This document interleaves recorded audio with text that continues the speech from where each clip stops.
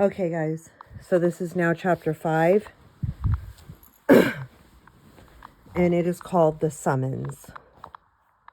2 years went by, and the half of another year, and on an evening in May month, the four of us were together on the old fortress hill that had been the chief place of our clan before the legions came, sprawled in the warm southern curve of the great turf rampart. From the crest of the bank among the wind-shaped hawthorn bushes, one could look down like a wheeling falcon on the whole valley. The sprawling time-crumbled villa house and the huddled of the settlement and the loop of the stream. Follow the chariot track and the stream bank alders down past the mill and the smithy to the monastery among its apple trees and beyond, away and away to where the forest closed, and over the pasture and the croplands, the valley spread out like the fingers of a hand, and the distances turned blue. But from where we sprawled in the sun-warmed grass at the bank foot, there was nothing to be seen but wind-feathered sky and a golden eagle circling with the evening sunlight under his wings, swinging his hunting circles so high that it would be half of Gwynedd, not just our valley, that he saw. I was lying flat on my back, a girlet beside me with his hairy head on my chest, and I was playing with his ears, rubbing my thumbs into the warm hollows beneath them in the way that he liked best of all in the world. Con, who was seldom without something to do with his hands, lay propped on one elbow, whittling a bit of hawthorn wood he had gathered on his way up into something that looked as though it might be going to be a field mouse. And beside him, Luned sat with her hands linked round her updrawn knees, watching what he did. 3 days ago, my brother Owain had been married, a marriage made between our father and a neighboring chieftain for the strengthening of both clans. Owen had not been best pleased, for he scarcely knew the girl, and would rather have chosen for himself. But it was the custom, and he had done no more than grumbled a bit. To me, the marriage seemed a matter for rejoicing, partly because I had been afraid all along that my father would marry him to Luned, and partly because now, turned 16 and counting as a man, I had ridden with the bridegroom's companions to help him fetch home the bride. The feasting had been truly noble, but the sham fight, which had not been entirely sham. I had a fading black eye and to prove it. When the time came to carry the squealing girl off from her father's hall, had been ever better. Okay. But looking at Luned now, the thought came to me that maybe it was not a happy thing for her to have a new mistress come into the house, though indeed the Lady Nares seemed such a mouse of a girl that I would not believe her coming would make much of a difference to anybody. And then another thought came treading on the heels of the first, that maybe she had wanted to be the new mistress, married to Owen herself. I had not known if she had felt like that. We had grown up together almost all of our lives, but it struck me suddenly how much I did not know of her. She'd always been one who kept her secrets to herself. I rolled over towards her, dislodging Gertlet. Luned, now that she's here, what would you be thinking of Owen's new wife? She looked up from her watching, her half surprised. Nares? I dare say I shall like her well enough as time goes by. I have known her only 2 days. You do not need 2 days to know that you liked Con.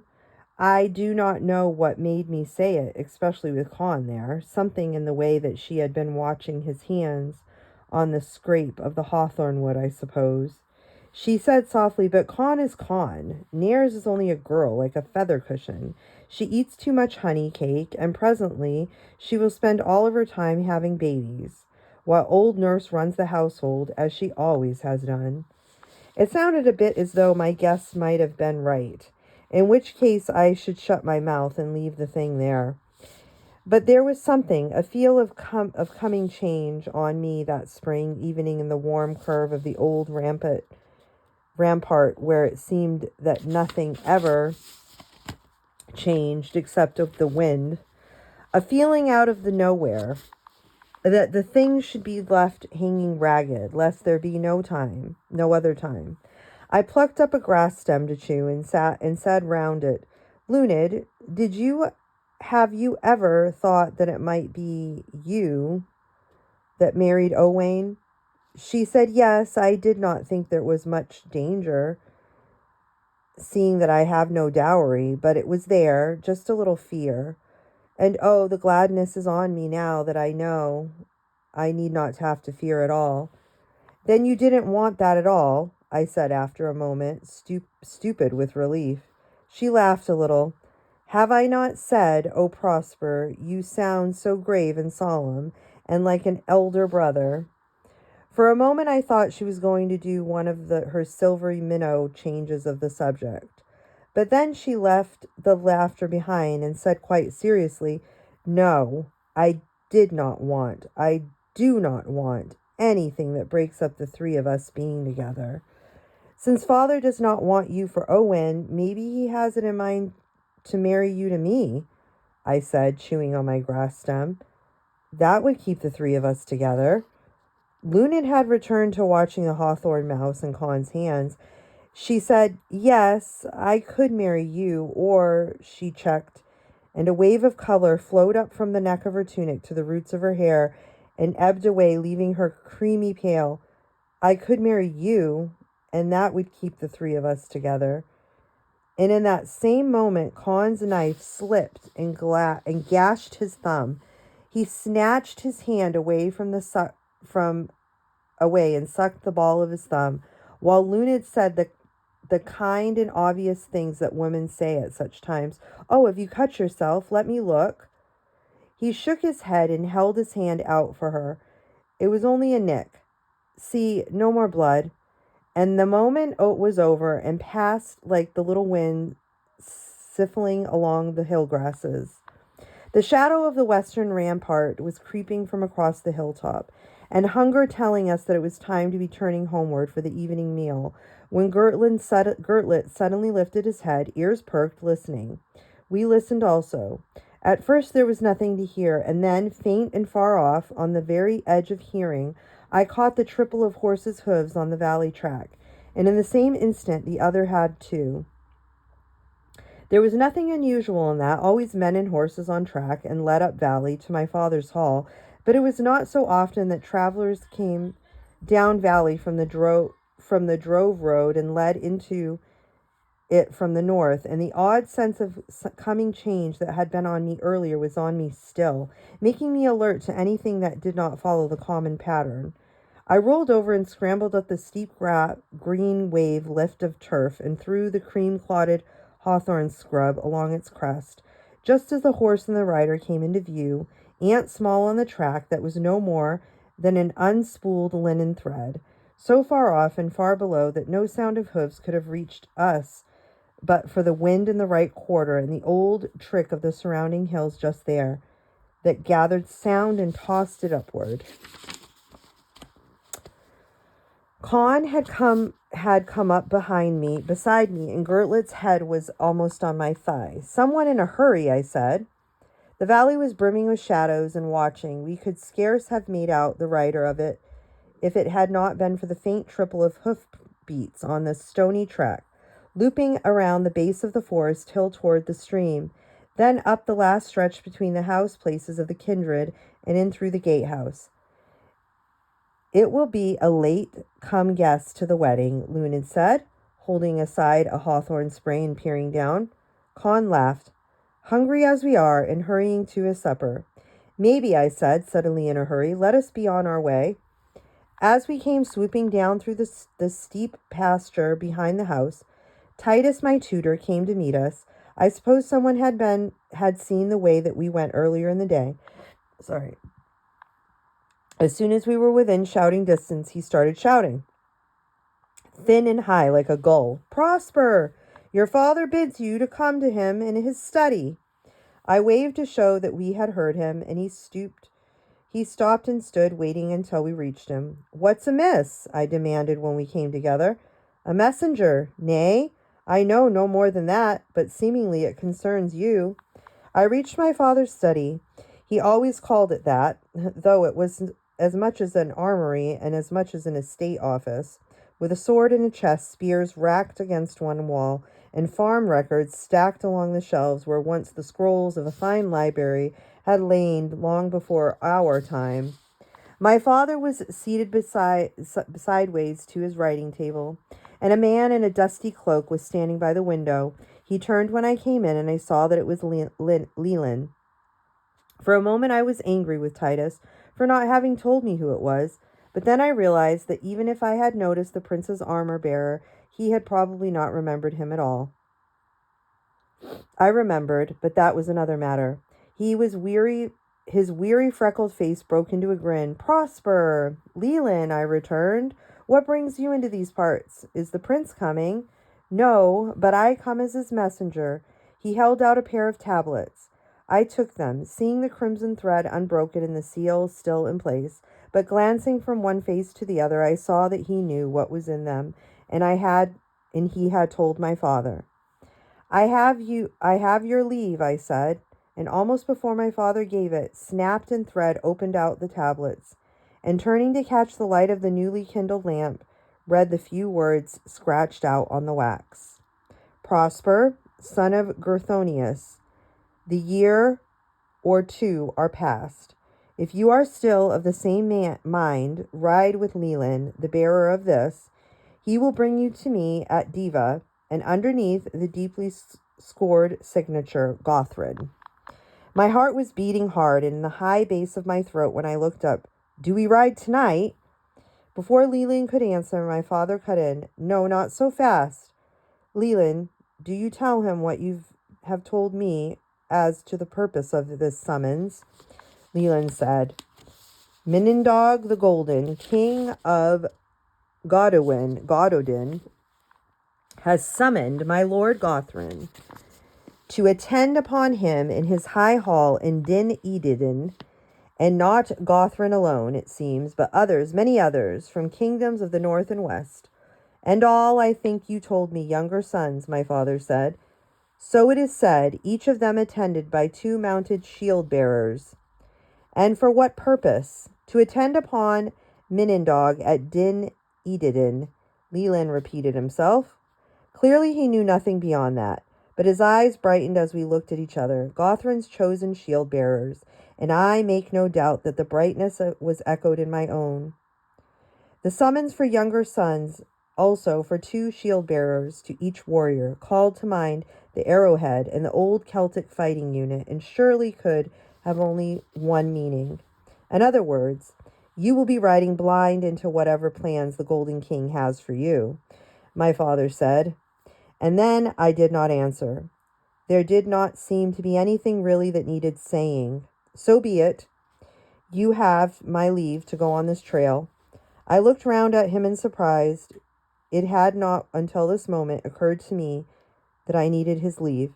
I had simply known from the moment I opened out the tablets that I was going, in the natural order of things, as day follows night, as night follows day. Next morning in the outer court, with the horses already brought round from the stables, I knelt to receive my father's blessing before mounting to ride away. It was a morning of broken skies, a little thin wind, with fine spitting rain. I had already taken my leave of Luned more privately in the orchard, where the first white petals were drifting down, Con and I both. How it came about that Con was coming with me, I have never been sure. There did not seem to have been any argument or discussion. It just seemed to be as much as the natural way of things as it was that I should follow the prince. Even my father had raised no objection, and Leland, when he saw the 2 of us in the courtyard and the extra horse, had only shrugged and said, "Well, I dare say he will not be the only one." Luned had not made no protest either. Back there among the apple trees, her eyes had looked huge and very dark, but they would have looked like that if I had been riding alone. I had given Gurlit into her keeping. "Keep Gurlit for me. Let him hunt with the pack, but don't let him be housed in the kennels, or he'll forget all the manners before I come back." "He shall sleep in my chamber," she said, and took the leash from my hand. He was quite used to that, but when I bent to rub his head, he whimpered and licked my thumb. looked up at me with puzzled eyes as though he knew that something strange was in the wind. I had kissed Luned then, the first time ever I had kissed her, like a brother, yet not altogether like a brother. With Con standing by, I do not know whether he kissed her too. I turned away to the gate, leaving them for the moment behind me. But I do know that he had yesterday's hawthorn mouse in his hand, and I never saw it again. There was quite a gathering on the colonnade steps to see us right away, my father and Owain and the plump little bride in tears. Tears would always come easy to that one, old nurse, also, and the others of the household, and Titus with a drip on the end of on his long nose. I had asked Titus once what he should do when his days of tutoring me were over. Ooh. Sorry, guys. I just killed a massive spider. Glad I saw it. That thing was huge. Okay. Now I gotta find my place again. I had asked Titus once what he should do when his days of tutoring me were over, and he had said, rejoice, and go down to the monastery and ask the Father Abbot to shave the front of my head and have peace and a modicum of intelligent conversation with Brother Pebwer in my old age. But I suppose he had a certain fondness for me after all. I looked once towards the dark gape of the house door behind, half hoping to see Luned and Gurlit one more time. But she must have taken him to her chamber and bidded with him, knowing that, left alone, he would have howled. I flung up on a hand to them, all in farewell. Sorry, a bitch. And turned my mare in behind Leland's as he headed for the gatehouse, Con bringing up the rear with the pack horse. We clattered together and swung onto the track that led down valley past the mill and the smithy and the monastery, away to join the world beyond the mountains. Towards evening, 4 days later, with the last of the mountains behind us, we came riding down the grass-grown track, between leaning and falling gravestones that had once paved the military road from the west into Diva, the city of legions. The city gate stood still. Through the city it guarded was a fallen ruin cloaked with brambles and the green tide of the springtime among the sodden wreck of last year's break-in and willow herb. Here and there a tottering house patched up and lived in, women spinning in doorways, children and dogs at play. Here and there a cluster of thatched boothies sheltering within the man-high walls of public building, the basilica, Lennon said, or a church, or the public baths. My first glimpse of what had once been the power and glory that was Rome. Sorry, I gotta take a drink.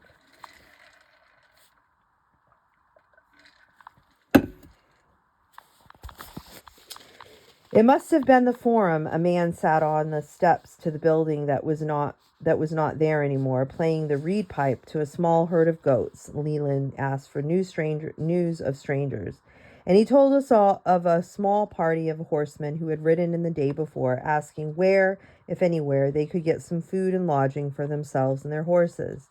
He had sent them up into the old fortress, where his master kept an inn at the sign of the Gladiator, a most noble inn for passing travelers, and there were still there, so far as he knew. We thanked him and rode on, leaving him to his piping behind us. The fortress on its higher ground was less in ruins than the lower city. Our horses' hooves rang on cobbles that the grass had not yet completely taken over. As we rode between the long, straight barrack rows, there were more people about, and many of the buildings had thatched roofs on them.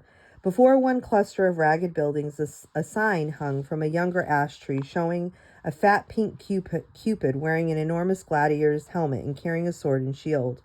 From somewhere within, a horse whined to ours as we drew rein before it, and a young shield bearer with his mouth full and a crust in one and hand appeared in a doorway, called behind him, They are here, my lord. And a few moments later, dismounted but still holding on to our horses' bridles, for the most noble inn did not seem to have anyone to take them from us, or even a hitching post outside. We were confronting three princes of the Cymry, my own people encamped with their shield bearers among a rickety huddle of benches and tables at one end of a long barn-like hall, their horses being stabled at the other. I have brought him, Leland was announcing. Gothrin, who had been delving into a fat-bellied pot on the table, looked up with a collop of meat on the end of his dagger. Prosper! God's greeting to you, he said, as though we had just met maybe a week ago. Then his gaze went over my shoulder. And this, who follows you? Con, my body servant, I said without thinking, and inwardly cursed myself the moment the words were out. This could have been Con's chance to be simply a man among other men, at least for a while, and I had spoiled it. Yet there had to be some kind of reason for bringing him. I cast a hurried look of apology over my shoulder, and he received it with his slow, quiet smile and the faintest shrug. It seemed that it was both or neither, Leland had explained to the world at large. The thickest, formidable-looking young man on the Gothrin's left snorted into the drinking bowl. Your second shield-bearer comes followed by a shield-bearer of his own. Ha, ma, ha. Large ideas of themselves some people have. I dare say he'll not only be the only one, and like enough we shall need horse holders and the like, Gothrin said.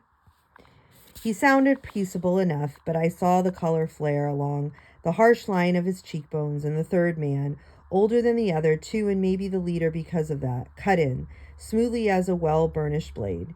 And in any case, it is not a matter to shake the earth of its foundations. On this night, when the king's hosting begins, and there are other matters to be thinking of. Such as food, said the thickest man, reaching for another barley bannock from the basket on the table. People often thought that it was for his fighting powers that Gawain Bey had come to be likened to the wild pig. It was, but we who came to know him knew also that there was another reason, such as getting the horses fed and stabled, said Gothrin. I looked doubtedly towards the other end of the barn, and it seemed very full. There is more space, though, through there. Gothrin flicked a finger towards the doorway to seem to open into courtyards of sorts. The forage store said. The forage store, too. When you have seen the horses, follow your noses through the cookhouse and demand food, and another jug of this foul stuff they call wine.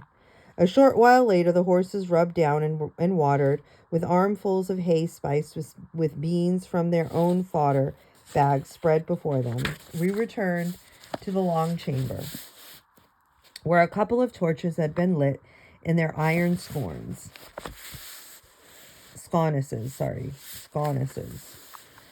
and settled down with the other shield bearers to fill out their own empty bellies from the freshly bought pot of goat stew. When the food was all gone, we played dice, squatting on the heels in the pool of the light from one another of the torches, while other lords talked around the table, and Con, a little apart from the rest of us, busied himself with mending a pack strap that was, so far as I knew, was in no need of mending. At the first talk around the table seemed to be about nothing in particular, just a lazy blur of voices and occasional laugh behind the rattle and the roll of the dice. But after a while the voices cleared and hardened, and I caught the words war trail, and began to listen. You think it is a war trail, then? Gothrin said. The older man, these names, guys, Tidewilek, the tall, they called him, lightly thumbed an old scar on his jaw. I think so, yes. This call for younger sons, and each with 2 supporters, an old Arrowhead fighting unit. Yes, it has the smell of a hosting for the war trail. We went on throwing the dice, but the pace of the game slowed, and all the heads were tipped a little, eyes brightening. If we had been hounds, our ears would have perked. We were all very young, and to us a war trail seemed a splendid thing. Why now? Gothrin said, thrusting back the hair from his forehead in the way that I had already come to know. Why not last year, or next, or the year after? Twidlifleck shrugged. Who shall tell what passes in the minds of kings? Maybe the Saxon threat draws nearer than we have heard among our own mountains. Gaiwan Bey laughed, flinging back his head and showing a cavern of open mouth. Who cares? A war trail has always been good following for younger sons. And is not King Maidendog called the Golden? There will be meat and mead and golden arm rings for those who follow him. One of Twidlifleck's shield bearers was shaking my shoulder, telling me that the dice box was with me and it was my turn to throw. I gathered my wits back to me and rattled the box and threw, watching the 3 cubes spill out across the earthen floor. I had thrown 666, highest cast of all, which men call Venus, and everyone was shouting and laughing and beating me on the shoulders, taking it for a good omen for what was to come. Okay, guys, so that was chapter 5. Okay? So just put your narrations in your notebooks. And like I said, we will be doing 2 chapters going forward for every week. I might even have to throw in a 3rd here and there just to make sure we finish this book by the end of co-op. Okay? All right. Blessings, guys.